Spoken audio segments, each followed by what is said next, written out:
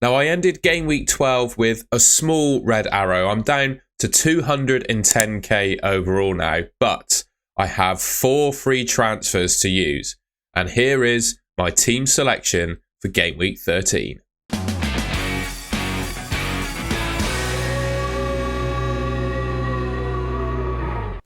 So here's how I got on in game week 12. I mostly went through this on my transfer plans video. So what I'm not going to do is spend too long talking about each individual player.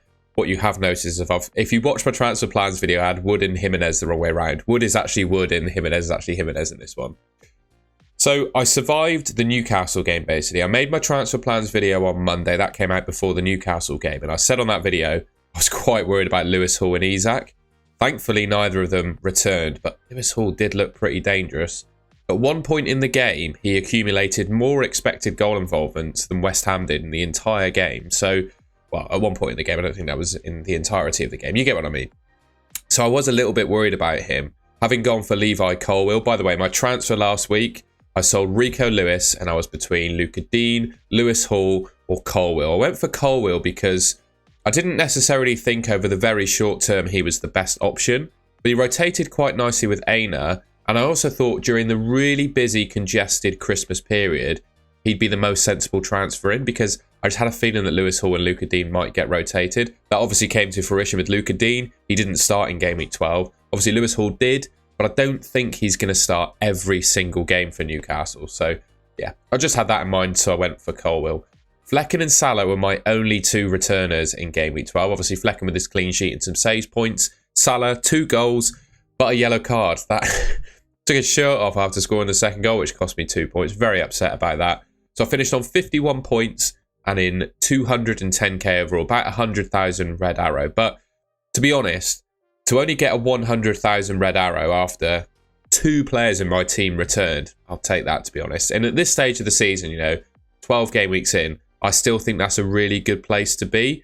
So let's get on with how I'm going to line up for game week 13.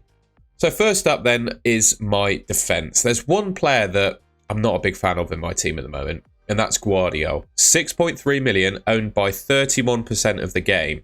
And I'm not all that excited about his fixtures coming up. Liverpool away at Anfield, I fully expect him to concede in that one. He'll likely be up against Salah. Nottingham Forest, they may keep a clean sheet in that one, but obviously Man City have been really poor defensively in their last few games. But not only that, I also think Forest is so good defensively that Guardiola's other, asset to his game is his attacking returns. And I think Forest will do a job on Man City and make it really hard for them to score.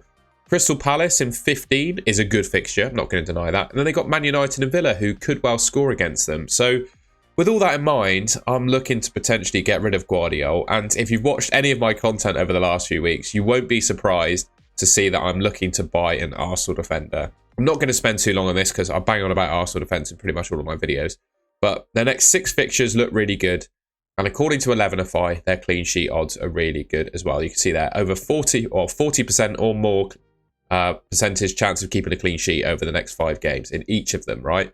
And yeah, they kept a clean sheet against Forest. They're statistically the best defence in the league over the last 2 seasons. Say no more. I'm looking at going for an Arsenal defender, right? So defensively, this is most likely how I'm going to line up. I'm going to stick with Flecken. I think he's got 1 more week in my team, realistically. Leicester at home is a hard case. After he's kept a clean sheet, it's a hard case to get rid of him ahead of that fixture. So I'm going to stick by Flecken for this one. Aina, Aït-Nouri, and I'm going to go for Gabriel in defence. I think Aina against Ipswich, it makes sense to start him over Colwill in my mind. It's always nice to have Colwill as a bench option, but I do think Aina is a much better option for, just that one game in mind. Aït-Nouri, sitting on 4 yellow cards. But, ultimately, I'm still happy to start him because he hasn't had the 5th one yet. And then Gabriel as well. I would also say the reason that I bought Colwill in is with the way that he rotates with Aina. So, game week 14, that'll be, is not necessarily the case. Aina's got United, Colwill's got Tottenham. So, that could create a bit of difficulty.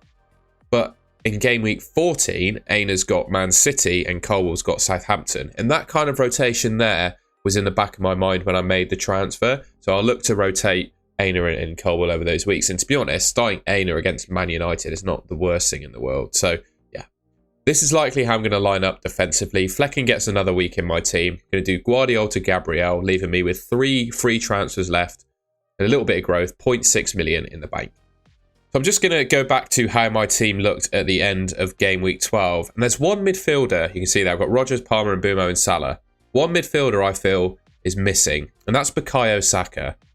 Now, I really like Bukayo Saka, and I'd actually genuinely argue, if you have him, he's a reasonable captaincy shout for game week 13. He's got West Ham away, albeit at the time of recording this video, he's not yet played in the Champions League, so anything could happen in that fixture to change things.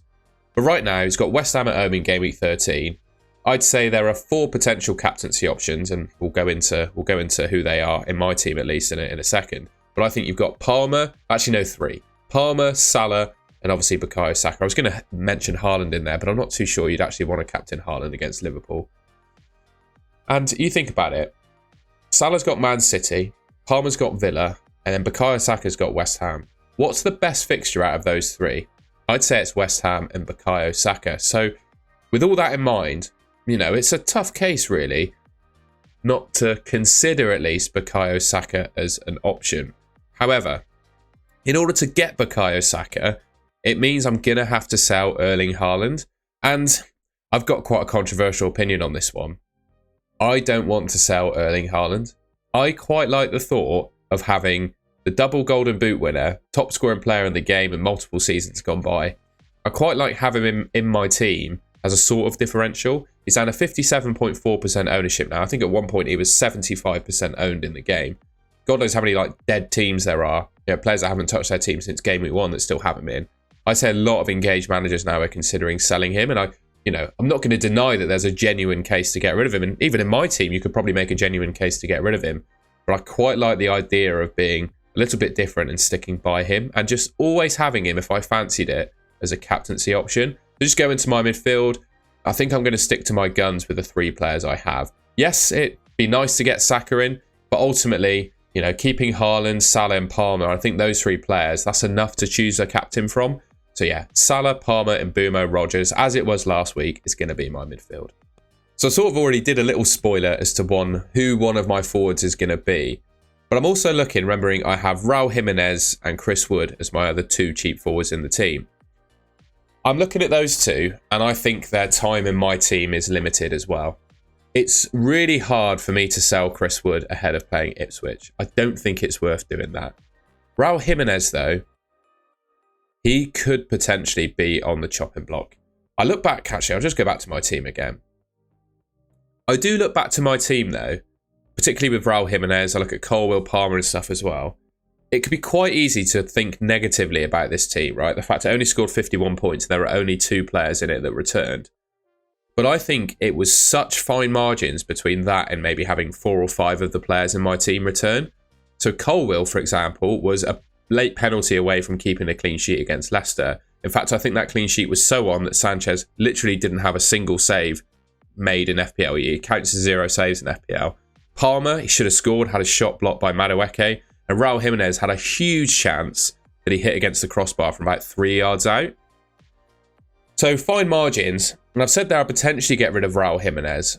Probably won't, to be honest. I really want to get João Pedro in my team. Absolutely no denying it.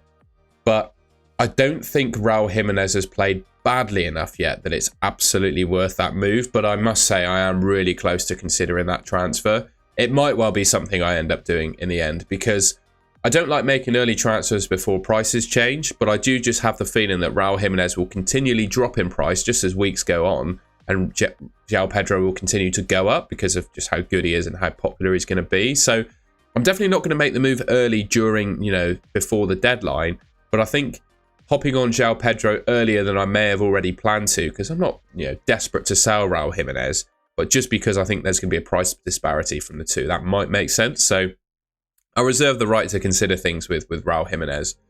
And then I've got Chris Wood. Like I said, it's impossible, I think, for me to sell him ahead of Ipswich. But there's one other cheap forward. He's going to go up to 7 million, I think, in Cunha, who's just absolutely tearing it up at the moment. And I think with Wood having some, well, not really difficult fixtures, but they turn a little bit in coming game weeks, I think it could make sense to go from Chris Wood to Cunha. But I don't think it makes sense to do it for game week 13, sorry. I keep getting my game weeks mixed up. Because he's got Ipswich. It just doesn't make sense. And yeah, the one transfer I would possibly make is Raul Jimenez to João Pedro, but right now, I'm just not 100% sure it's worth it. Okay, that leads me then on to the captaincy decision. So I said, in my humble opinion, it was between 3 players, Palmer, Salah and Saka. But looking at the FPL review expected points, a couple other players have emerged as potential captaincy options. I can't go for Son, but I could potentially go for Mbeumo, who's obviously got less. So that's definitely food for thought.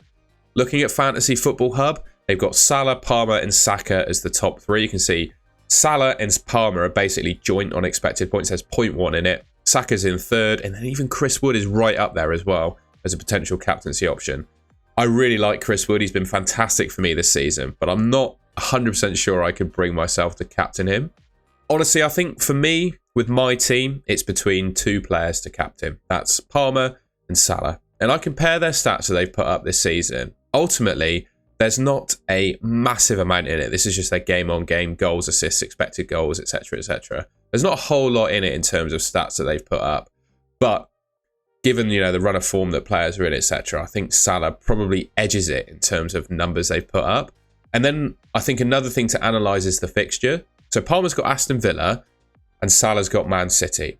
Aston Villa have conceded more goals than Man City have, 2 more goals. But 2 goals, is that really much of a difference?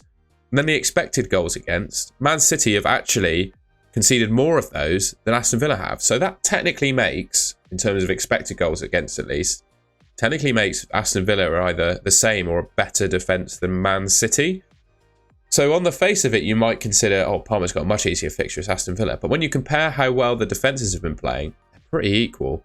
So with all that in mind, I'm going to go for Salah as it stands. Unless there's any major disasters or anything that happens in the Champions League, I'm going to go for Salah as my captain. They obviously have Real Madrid midweek in the Champions League, so we'll see what happens there.